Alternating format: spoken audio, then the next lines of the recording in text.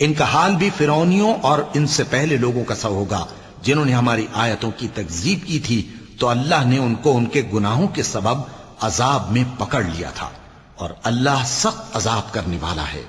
ए पैगंबर, काफिरों से कह दो कि तुम दुनिया में भी अनकरीब मगलूब हो जाओगे और आखिरत में जहन्नम की तरफ इकट्ठा किए जाओगे, और वो बुरी जगह है। तुम्हारे लिए दो गिरोहों में जो जंग बद्र के दिन आपस में भिड़ गए, कुदरत इलाही की अजीम शान निशानी थी। एक गिरोह मुसलमानों का था, वो अल्लाह की राह में लड़ रहा था, और दूसरा गिरोह काफिरों का था, वो उनको अपनी आंखों से अपने से दुगना मुशाहिदा कर रहा था।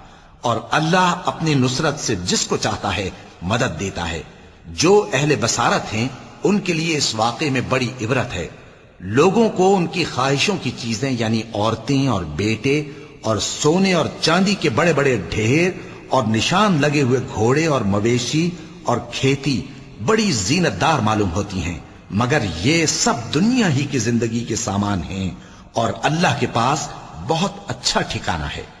ऐ पैगंबर, इनसे कहो कि भला मैं तुमको ऐसी चीज बताऊं जो इन चीजों से कहीं अच्छी हो।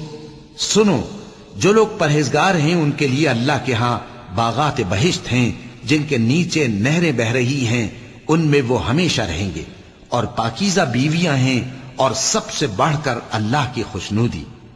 और अल्लाह अपने सब बंदों को देख रहा है।